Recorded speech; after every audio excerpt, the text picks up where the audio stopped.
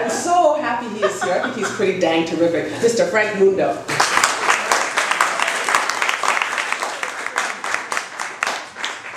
So I'm not going to read from the book tonight, but I'm going to read from a new story that I'm working on in the next book. It's called A Friend in Need. JT sat down to the desk again and began writing the letter again. Dear Miss Garcia, I'm not sure what to say except that I'm sorry for your loss. That's what we say here in America when someone has died. It seems especially silly now to see it written out on paper like this. He crumpled up the paper and threw it in the trash with the others. This is ridiculous, he thought, and looked in the wastebasket at all the other crumpled up papers. The damn thing was full, for Christ's sake. It's just a letter, he thought. Come on, I can do this. What's the big deal? So just do it already. He grabbed another piece of paper. Dear Miss Garcia, enclosed you will find your son's more personal belongings. Items I figured you might want to keep. I was able to sell most of the furniture, his computer, and other appliances, and everything else I gave to Goodwill, as you requested. A check for $4,000 and a receipt for the donation. He crumpled up the paper and threw it away, missing the wastebasket this time. God damn it, it jumped up and then yelled it a few more times. It was hard enough that his friend and roommate had died, but why, or better yet, how did it become his responsibility to sort through all of his roommate's things and then decide what to keep, what to sell, and what to throw away? Dear Miss Garcia, I realize that your family hasn't the means to come to the U.S. and handle this terrible situation. He crumpled up the paper and threw it in with the others. I can't do this, he said. Swiveled around in his chair and looked at the two boxes on the bed. One box, the one bigger than the other two, was for items he had saved for Walter's mother. The other box contained items JT was not sure what to do with. It was a shoebox, and it was full of horrible things. He had thought about throwing the box away, but he did not want anyone to accidentally find it and have it somehow trace its way back to him. He had thought about burning it a few times, and he even thought about handing it over to the police.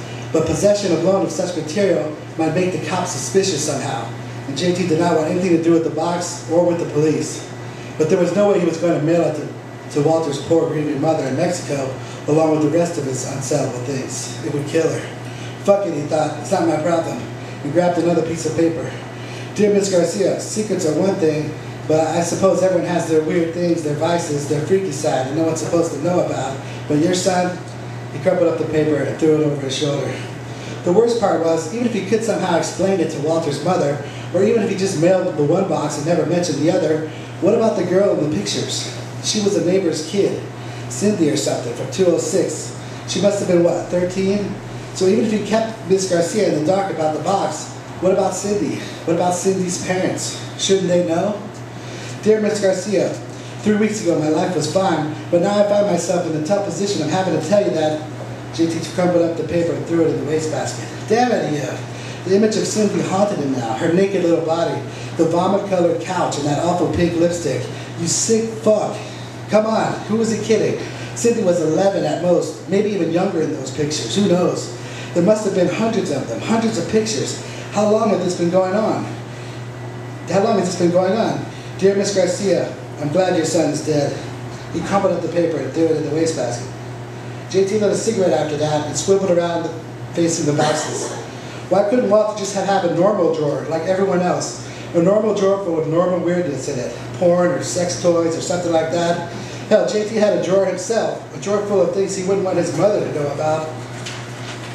JT swiveled back around, facing They removed the bottom drawer from his desk and completely dumped his contents out on top of the desk. He had some condoms, a tube of KY, and some other red jelly, a few Playboys, 2 hardcore porn tapes. There was a bracelet and a purple hair scrunchie that Sharon had left at his place, an old watch, some rubber bands, and one of those blue plastic Magic Mountain photo things with JT and Cassie arm in arm, looking blue and plastic themselves. There were 6 naked Polaroids of what's-her-name in an envelope with a videotape of her doing things to him. When they broke up the second time, JT had lied and told her that the tape had been recorded over, but there it was. There was a bunch of pennies, paper clips, and other random things that had somehow gotten mixed in with the other. Things he wouldn't want his mother to know about, but nothing too horrible. There was the book that Norma had given him, tips and advice on how to better please a woman, and some old letters from various girls throughout the years. Groaning, JT threw the book in the trash. And what was that? A tin of cinnamon Altoids? That was for when he performed you-know-what on What's-Her-Face. She said she liked the added sensation. She called it cinnamon when he used to do it to her. Can I have some cinnamon, she'd say, smiling and pretty. JT opened the tin and popped one in his mouth, took another drag from the cigarette, and then stared at the pile of stuff for a few minutes. He picked up the phone and called his parents. His dad answered. JT put out the cigarette. Hey, he said. JT, what a surprise. Is Mom there? She's in the kitchen. Can she grab the other extension? I need to talk to both of you. It's important. Okay, hold on, he said. Honey, pick up the phone. There was a long pause. JT kept himself busy with the Polaroids of what's-her-face. Hello, JT, is everything all right? Everything's fine, Mom. I just need to tell you guys something. Okay, his mother said. I have this drawer, JT said. It's full of, private things, dirty things. There was a long pause. And JT said, I just wanted to let you know about it in case something ever happens to me. That way you're not happens to you, his mother said. JT, you're scaring me. Look, JT, his dad said, I know you're upset about your friend's accident, but he wasn't my friend, Dad. We were roommates, that's all. Look, honey, it's okay to be sad, but you shouldn't. Mom, I'm fine. I just wanted you to know, that's all, just in case. I swear everything's... JT could hear his mother freaking out. Everyone calm down, his dad said. Why don't you come up here, his mother said. Colin's sick and... Honey, please, let me talk to him. No, Dad, I don't want to talk anymore. I'm fine. Everything's fine. I'll come up tomorrow, I swear. We understand that you're upset. Walt was your friend. It's normal. Please, Mom, just listen to me. I'm okay. I'll be there tomorrow. Can I please just talk to Dad for a minute? You're coming up tomorrow? Yes, I swear. What time? Mom, please, I need to talk to Dad. I'll be there first thing, I swear. Honey, his dad said, just let me talk to him. JT heard his mother groan before she finally hung up the phone. Okay, his dad said, it's just us. But JT could hear his mother suddenly in the background. She must have run into from the other room. JT, Dad, JT said, what about you guys? What about us what? Do you guys have anything I should know about just in case? I don't understand, JT, he said. Honey, I can't hear the boy with you yelling. Is there, JT said, do you guys, have a drawer? Oh, well, his father said, laughing, let's just say, in case anything ever happened, you might want to avoid looking in your bottom drawer of your mother's dresser.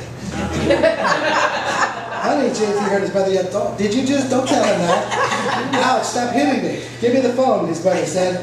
JT, don't listen to your father, there's no drawer. Mom, it's okay. He doesn't know what he's saying. Mom, it's fine, I don't care. Mom, please, I have to go. I'll see you tomorrow.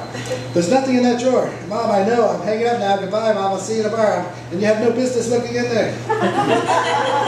JT lit up another cigarette and looked out the window. He shouldn't have called his parents. That was a bad idea.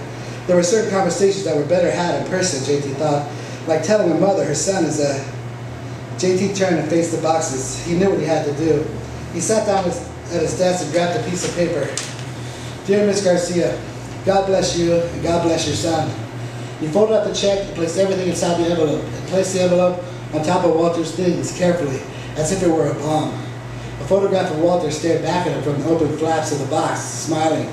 It was a different Walter, the good one. It was Walt, his friend, the one who would never harm a fly, not the Walter monster he never knew.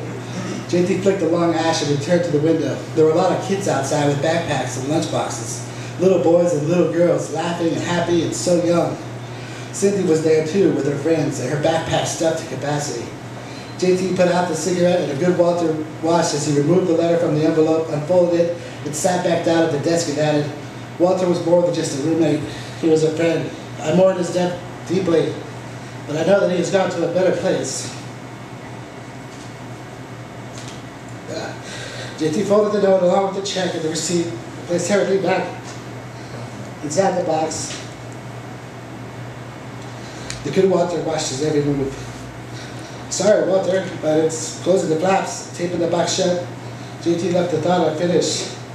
It was too late for that now, too late for words. Instead, JT grabbed the shoebox, took a deep breath, and headed for the door. Cindy's parents would be home by now.